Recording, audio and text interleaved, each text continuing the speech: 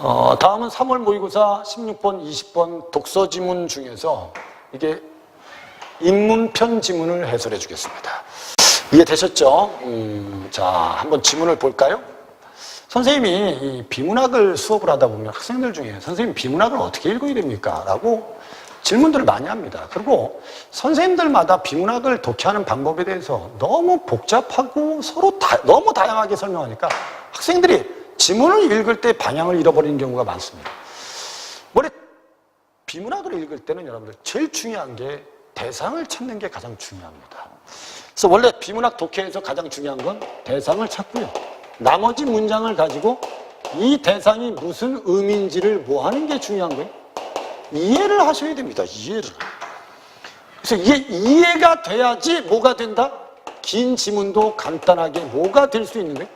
요약이 되는 겁니다. 이해가 안 되면 어쩔 수 없죠. 머릿속에 기억해서 문제를 풀 수밖에. 됐죠? 이런 학생들이 과연 1등급이 나올까요? 절대 나올 수 없습니다. 그러니까 선생님이 제발 부탁인데 혼자 공부할 때는 이해가 안 되면 꼭 다시 읽고 해서 이해를 하세요. 시험을 볼 때는 한 번 읽었는데 이해가 안 되면 비교해서 풀다가 안 되면 그냥 틀리는 겁니다. 그걸 맞히기 위해서 여러분들 지문 다시 읽고 선택지 다시 비교하고 그래서 그 한 문제를 맞히고 기뻐하고 그리고 나머지 문제는 다 틀리고 이거는 효율적이지 못하죠. 그래서 비문학은 머릿속에 딱 한 가지만 알고 있으세요. 뭐만? 그래서 대상을 꼭 찾겠다. 그 다음에 그 대상을 나머지 문장을 가지고 뭐 하겠다? 이해하겠다. 그리고 이해한 다음에 그 이해한 내용을 연결해서 뭐 하면 된다? 요약한다. 그럼 요약이 잘 되면 글에 뭐가 보인다? 구조가 보인다. 좀 너무 복잡하게 생각들 안 했으면 좋겠습니다. 독해 방법을. 비문학이나 문학이나 독해하는 방법은 동일한 겁니다. 됐습니까? 지금부터 한번 선생님이 인문편을 읽어줄 테니까 잘 보세요. 비트겐슈타인의 철학은 전기, 후기로 나누며 전기는 논리, 철학, 논고, 후기는 철학적 탐구로 대표되고 그는 철학의 문제가 언어의 애매한 사용에서 비롯됐다고 보고 언어를 분석하고 비판하면서 명료함으로써 철학적 문제를 해소하고자 했고 이 때문에 철학적 사유는 언어에 집중되어 있다. 뭐가 중요한 단어죠? 비트겐슈타인의 철학은 언어에 집중되어 있다. 이해를 하셔야 돼요. 학생들 중에는 가끔 혼자 읽을 때는 이해를 잘하고 시험 볼 때는 머릿속에서 기억해서 문제를 푸는 학생들도 있습니다. 긴장을 너무 많이 하니까 이해가 안 돼서 그렇게 풀겠죠. 그러니까 여러분들이 혼자서 공부할 때 자꾸 지문 자체를 이해하려고 노력해야지만 시험 볼 때도 이해해서 풀 수 있는 겁니다. 그럼 내가 이해를 하는 능력을 가지려면 어떻게 해야 됩니까? 머릿속에 들어있는 배경 지식을 자꾸 늘려야 됩니다. 어떤 사람들은 그냥 지문과 문제만 있으면 문제를 다 해결할 수 있다고 하는데 아니 내가 배경 지식이 없고 어휘력이 떨어져서 지문이 이해가 안 되는데 어떻게 문제의 답을 찾습니까? 그러니까 선생님 미리 이야기하겠습니다. 비문학을 문제를 먼저 읽고 지문을 읽든 지문을 읽고 문제를 풀든 알았죠? 어떤 방식으로 하든 이해력이 좋아지지 않는 한 점수를 올리기 어렵습니다. 그럼 여러분들이 이해력을 좋게 하려면 어떻게 해야 돼요? 비문학 지문을 읽고 이해해서 문제를 풀고 거기에서 가장 중요한 용어라든지 알았죠? 이런 것들은 머릿속에 축적. 작년에 여러분들 환율과 관련된 지문들이 EBS에 많이 실려 있었죠. 근데 우리가 경제 지문이 조금 어려운 이유가 뭡니까? 용어에 대한 이해가 부족하기 때문이죠. 하지만 비문학에선 분명히 용어에 대한 개념 설명은 분명히 정의는 해줍니다. 근데 내가 그 용어에 대해서 미리 알고 있다면 훨씬 더 지문 읽는 속도는 빠르게 할 수 있다는 겁니다. 그래서 여러분들이 수능 전까지 비문학 지문을 계속 경험해서 이해를 하시고 그 이해한 내용들을 머릿속에 잘 축적을 하다 보면 여러분들은 상식이 늘어나고 지문 이해력도 높아지게 돼 있습니다. 알았죠? 단지 우리가 지문에서 주어를 찾고 그 다음에 핵심어를 찾고 이런 것들은 지문을 요약하기 위한 독해 방법이라고도 하지만 정확하게 이해하기 위한 독해입니다. 밑에 보겠습니다. 철학적 탐구에서 비트겐슈타인의 논리, 철학, 논고에서 주장한 그림 이론을 통해서 그림 이론 세모. 이건 전기입니까? 후기입니까? 전기. 그림 이론에 대해서 비판적 입장을 바탕으로 전기와 다른 주장을 했다. 그럼 그림 이론은 뭐냐? 이렇게 돼 있잖아요. 그죠? 언어의 낱말들은 대상을 명명한 것이고 문장들은 이러한 이름들이 결합한 것이라고 본다. 즉은 동격입니다. 앞뒤가 같다예요. 낱말의 의미는 그 낱말에 지시하는 대상이다. 이게 그림 이론입니다. 그림 이론에서는 낱말의 의미는 바로 그 낱말의 지시 대상이다. 이렇게 얘기한 겁니다. 오케이? 그런데 후기 철학에서의 비트겐슈타인은 그림 이론과 달리 한 낱말의 의미는 그것의 사용에 있다고 한다. 낱말의 의미는 고정되어 있는 것이 아니다. 낱말이 사용되는 맥락과 규칙에 따라 파악되는 것이다. 됐죠? 그래서 결국 이와 같은 주장은 언어의 낱말이 다양한 기능을 수행할 수 있다는 것인데 그에 따르면 그러한 다양성은 확정된 것이 아니고 무슨 적이다? 유동적이다. 요약을 한번 해볼까요? 요약하면 뭐죠? 머릿속에 남는 게 뭐만 나오면 돼요? 비트겐슈타인의 철학은 언어를 중요하게 생각해요. 그래서 비트겐슈타인의 언어에 대한 태도는 전기, 후기가 다릅니다. 전기의 이론이 그림 이론인데 그림 이론에서 낱말은 지시 대상이고요. 후기의 그림 이론을 비판했는데 후기의 주장은 낱말은 하나의 고정적 의미로 쓰이는 게 아니고 다양한 의미로 쓰일 수 있답니다. 그래서 그걸 뒷받침하는 대표적인 개념이 바로 뭐다? 가족의 유사성입니다. 됐죠? 그래 뭐 가족들이 조금씩 닮아있잖아요. 똑같으면 안 되죠. 똑같으면 비극이죠. 됐죠? 근데 결국 비슷비슷하죠? 됐죠? 다양한 모습이잖아요. 근데 한 가족입니다. 그래서 낱말도 똑같다. 가족의 유사성. 가족의 유사성은 가족 구성원들 간의 닮음을 언어 개념에다 적용한 건데요. 서로 겹치고 교차될 유사성들의 복잡한 의미를 의미한다. 예컨대 놀이라는 말은 카드놀이, 숨바꼭질, 끝말잇기, 축구, 야구 등의 다양한 지칭으로 쓰이죠. 그것은 전부 공통적으로 나타나는 성질은 없어요. 부분들 간에 겹치는 것만 있는 거예요. 됐죠? 그래서 놀이라는 낱말이 지칭할 수 있는 대상들 모두에 공통되는 성질을 이게 발견된다면 어떻게 보면 놀이는 고정적 의미를 갖게 됩니다. 이해됐죠? 놀이는 다양한 의미로 쓰일 수 없습니다. 오케이? 놀이가 다양한 의미로 쓰일 수 없다. 그래서 뒤에 하지만 그런 본질은 없고 부분들 간의 상이한 방식으로 관련되어 있는 관계들이 있는 것이기 때문에 놀이라는 낱말은 본질적으로 하나의 의미로 사용되지 않고 맥락과 규칙에 따라서 다양하게 사용된다. 그게 바로 가족의 유사성이다. 후기의 견해입니다. 다 후기의 견해. 밑에 비트겐슈타인은 언어를 놀이에 비유했습니다. 그걸 바로 뭐라고 한다? 언어놀이라고 한다. 중요한 단어들이 있죠. 비트겐슈타인의 철학, 언어, 그림 이론. 됐죠? 가족의 유사성, 언어놀이. 이런 대상들을 찾고요. 이런 말들이 무슨 말인지를 다른 문장을 가지고 이해를 해야 됩니다. 그게 바로 비문학 독해입니다.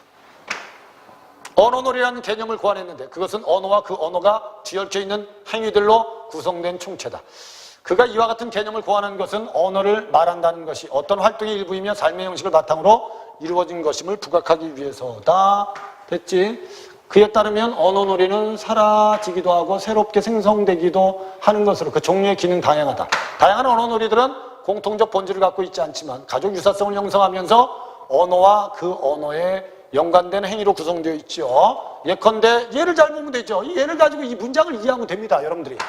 건축 현장에서 누가 망치라고 하면 망치 갖다 줄 거 아닙니까? 됐죠? 그럼 망치를 건네달라는 목적으로 사용된 말이죠. 그런 이 상황에서 망치가 망치라는 대상을 지시하는 것만 안다면 이게 쉽게 말하면 망치가 지시 대상이다. 그림 이론이죠. 그림 이론처럼 본다면 됐죠? 건축 현장 상황 속에서 언어놀이는 할 수 없습니다. 쉽게 말하면 의사소통은 안 된다는 소리입니다. 그래서 맥락과 규칙을 알고 그에 대한 행위가 전제돼야지 무슨 놀이가 가능하다? 언어놀이가 가능하다. 쉽게 말하면 그림 이론처럼 하나의 낱말이 하나의 지시 대상, 하나의 의미로 고정되어 있다면 언어놀이는 불가능하다. 맞잖아요, 그죠? 근데 언어가 다양한 상황에서 다양한 의미로 쓰일 수 있어야지만 우리는 언어놀이가 가능하다 이런 뜻이에요. 됐죠? 오케이? 무슨 말인지?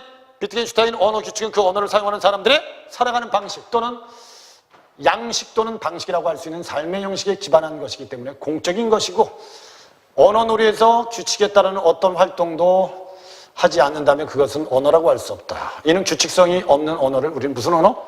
언어놀이에서 언어는 사적인 언어가 공적인 언어인데 규칙성이 없으면 사적 언어가 됩니다. 사적 언어 가지고는 뭐가 불가능하다? 언어놀이가 불가능하다. 쉽게 말하면 의사소통이 안 된다는 뜻입니다. 이해되셨죠? 오케이? 이해를 하셔야 된다니까. 그래서 비트겐슈타인 언어 사용 주체에 삶의 형식의 일치가 있어야 된다. 이건 뭡니까? 그래서 이는 언어 소통의 도구일 수도 있으려면 정의의 일치도 있어야 되고요. 그 다음에 판단에서의 일치도 있어야 된다. 다 이게 설명해 놓잖아요. 정의의 일치는 낱말의 정의의 일치고 판단에서의 일치는 낱말의 적용 방식의 일치다. 궁극적으로 어떤 것에 반응하고 그것을 바라보는 방식에서의 일치라고 말한다. 가령 이 단어가 의사소통이 되려면 정의의 일치도 이루어지고 판단에서의 일치도 이루어지고 삶의 형식의 일치도 이루어져야지 무슨 소통이 가능하다? 의사소통이 가능하다라는 이해입니다. 이해되셨습니까? 됐죠? 그래서 마지막에 삶의 형식의 일치가 언어 규칙의 가능성의 전제라는 것은 사적 언어가 존재할 수 없다는 것을 함축한다. 사적 언어는 나의 의식을 출발점으로 삼는 유아론적 세계의 언어다. 언어의 규칙이 작동 가능한 영역은 나의 의식의 유아론적 세계가 아니라 너와 나 그리고 타인들을 포함한 공동체, 즉 우리들의 삶의 세계다. 오케이? 그래서 비트겐슈타인의 입장에서 사적 언어의 가능성을 함축하는 나의 의식을 출발점으로 삼는 철학적 제재들의 허구성. 이게 무슨 말입니까? 철학은 사적 언어로 되어 있습니다. 아주 유치한 유아적 세계로 되어 있죠. 나의 의식에서 출발합니다. 그러니까 이 철학 자체가 이런 언어로 되어 있기 때문에 당연히 허구적일 수밖에 없다. 어떻게 보면 철학은 사적 언어로 되어 있어서 별로 가치가 없다. 이렇게 평가한 게 비트겐슈타인입니다. 이해되셨죠? 자, 그럼 요약을 한번 해볼까요? 요약은 비트겐슈타인은 철학에서 언어가 중요하대요. 그래서 비트겐슈타인은 전기에서는 언어를 그림이론으로 설명했어. 하나의 낱말은 고정적 의미가 있다고. 근데 후기에 가면 그림이론을 비판해. 그래서 낱말, 언어는 고정적 의미가 아니고 다양한 의미로 쓰일 수 있다. 그 대표적인 개념이 가족의 유사성이고, 가족의 유사성이 있기 때문에 무슨 놀이가 가능하다? 언어놀이가 가능하다. 언어놀이가 가능하려면 뭐가 있어야 된다? 정의의 일치, 판단의 일치, 삶의 형식이 이루어져야 된다. 근데 철학은 이런 공적인 언어가 아니다. 무슨 언어다? 사적인 언어다. 그래서 철학은 가치가 없다. 이렇게 이해하면 요약이 아주 부드럽게 되는 겁니다. 그래야지 여러분들 글 전체의 흐름도 알아서 전개 방식도 맞출 수 있고, 그 다음에 선택지의 내용들을 빨리빨리 판단할 수 있고, 일부 안 되는 것들만 지문에 가서 비교할 수 있는 겁니다.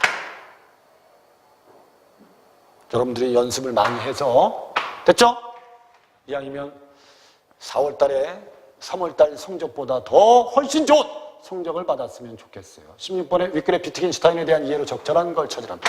적절하지 않은 거죠. 전기철학에서 낱말의 의미는 고정적. 오케이! 전기철학에서 이거 보세요. 문장에 사용되는 낱말들의 의미는 문장이 수행하는 기능에 따라 결정되면 낱말의 의미가 다양한 겁니까? 다양하지 않은 겁니까? 다양한 겁니다.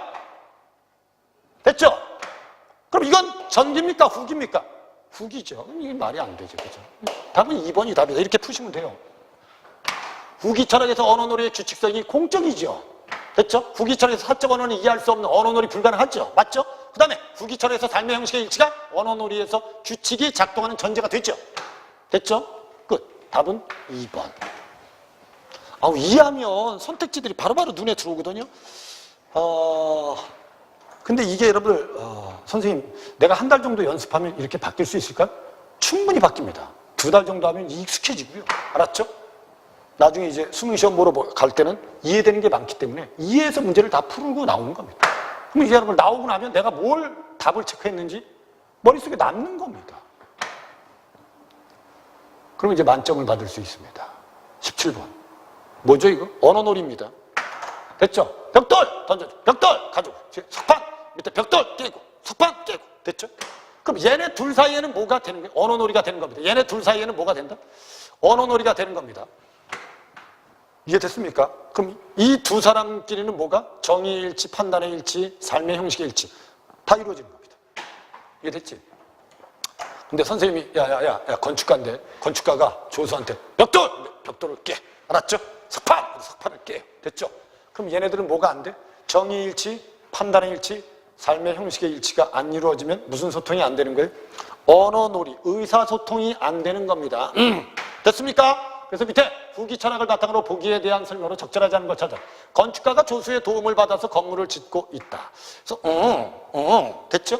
그래서 선택지를 보면 가나에서 벽돌 석판이 각각 목적에 따라 사용되는 것은 목적에 따라 규정된 언어놀이의 기능이 맥락에 따라 이 말이 안 되잖아 이게. 아니 달라지지 않으면 언어놀이가 불가능하지 않겠습니까? 그냥 답이 1번이었습니다. 그냥 알았죠? 됐죠? 가와나의 벽돌과 석판을 사용해서 의사소통이 이루어지는 것은 건축가와 조수가 사범과 훈련생이 공유하고 있는 삶의 형식의 일치가 이루어졌기 때문이고, 각 건축가와 조수, 사범과 훈련생의 의사소통은 언어놀이로 언어가 행위와 밀접한 관련을 맺고 있고 활동의 일부로 이루어짐을 보여주고, 가나의 벽돌과 석판이 발화되었을 때 조수와 훈련생이 서로 다른 행위를 한 것은 됐죠? 그들이 각각의 규칙을 가지고 있기 때문에 그래요. 맞죠? 그러니까 지들끼리 의사소통은 되는 겁니다. 가나의 조수와 훈련의 벽돌, 석판이라는 낱말을 벽돌과 석판이라는 대상을 지시하는 것으로 고정을 해버리면 그림이론이죠. 이렇게 해버리면 각각의 상황에서 언어놀이는 이루어질 수 없습니다. 불가능하죠. 답은 1번이었습니다. 되셨죠? 그 다음에 18번 문제는 이것도 여러분들 뭐에 대해서 그림이 잘 안 보이죠? 여러분들 그 시험지를 좀 보면서 하세요. 이게 뭐죠? 토끼냐 오리냐. 그래서 비트겐슈타인은 삶의 형식과 관련해서 가에 대해서 논의했어요. 됐죠? 그래서 가를 어떻게 보느냐에 따라 토끼도 될 수 있고 오리도 될 수도 있다. 됐죠? 이해됐죠? 그러면 이걸 토끼로 보는 사람들은 다 똑같이 토끼로 본다면 그 사람들의 정의의 일치, 판단의 일치, 삶의 형식의 일치가 이루어진 거죠. 어떤 사람이 오리로 본다면, 됐죠? 그 사람들끼리는 뭐가? 정의의 일치가 이루어진 겁니다. 그럼 의사소통이 되겠죠. 그래서 밑에 가를 오리라고만 말하는 사람들끼리는 오리의 형상에 대한 정의의 일치가 이루어져 있으나 판단에서의 일치는 이루어지지 않았을 것이다. 이게 말 안 되잖아요. 그죠? 아니 판단에서의 일치가 이루어지지 않는다면 뭐가 될 수 없죠? 의사소통을 할 수 없는 겁니다. 뭔 소리인지 이해되죠? 선생님 말 이해 잘 하셔야 돼. 오케이? 말 안 되는 거 이해되죠? 그럼 분명히 오리라고 말하는 사람들끼리 오리의 형상에 대한 정의의 일치가 이루어질 수 있으나 당연히 판단의 일치도 이루어질 수 있어야 됩니다. 그래야지 언어놀이가 가능한 겁니다. 가는 대상을 보는 방식의 삶의 형식에 아무런 영향을 받지 않음을 나타내기 때문에 가를 설명하는 언어는 삶의 형식과 무슨 말이 영향을 받지 않는다, 무관하다. 말 안 되죠. 됐죠? 그 다음에 오리나 토끼라는 낱말에 대한 정의의 일치가 이루어지지 않더라도 가를 바라보는 방식이 일치하면 가를 설명하는 언어 사용이 일치하지 않습니다. 이게 분명히 이루어져야 됩니다. 됐죠? 토끼나 오리의 형상에 관한 삶의 형식의 일치가 이루어진 사람들은 가를 토끼나 오리라고 말하는 것에 대한 당연히 뭐의 일치도 이루어질까요? 판단의 일치도 이루어지죠. 이건 뭐 전혀 문제가 없는 문제 아닙니까? 동일한 낱말을 바라하면 필연적으로 그 낱말에 대한 판단의 일치가 이루어집니까? 바라만 하면 일치가 이루어집니까? 바라만 하면? 아니죠. 삶의 형식의 일치가 있어야죠. 정의의 일치가 있어야 됩니다. 오케이? 됐죠? 이것도 분명히 잘못된 말이다. 그래서 답은 4번이 답이다. 이렇게 푸시는 겁니다. 아마 선생님 보기에는 문제 중에서 18번 문제를 오답한 사람들이 조금 있을 겁니다. 됐죠? 19번 문제는 뭐라고 돼? 기억에 대한 설명으로. 기억이 뭐죠? 가족의 유사성. 가족의 유사성이 뭡니까? 서로 닮아 있는 거. 똑같은 게 아니고 닮아 있는 거. 그렇기 때문에 언어는 다양한 의미로 사용될 수 있는 거죠. 그래서 이게 언어가 쓰임에 따라서 다양한 의미로 사용될 수 있음을 나타낸 말이다. 그래서 답은 2번이 답이었다. 이렇게 아시면 되는 거고요. 됐죠? 그 다음에 20번도 니은에 대한 이해로 적절한 걸 찾으세요. 니은이 뭐죠? 니은이 뭐였죠? 니은은 맨 마지막 겁니다. 철학은 분명히 유치하다. 왜? 무슨 어를 썼으니까? 사적 언어를 썼으니까.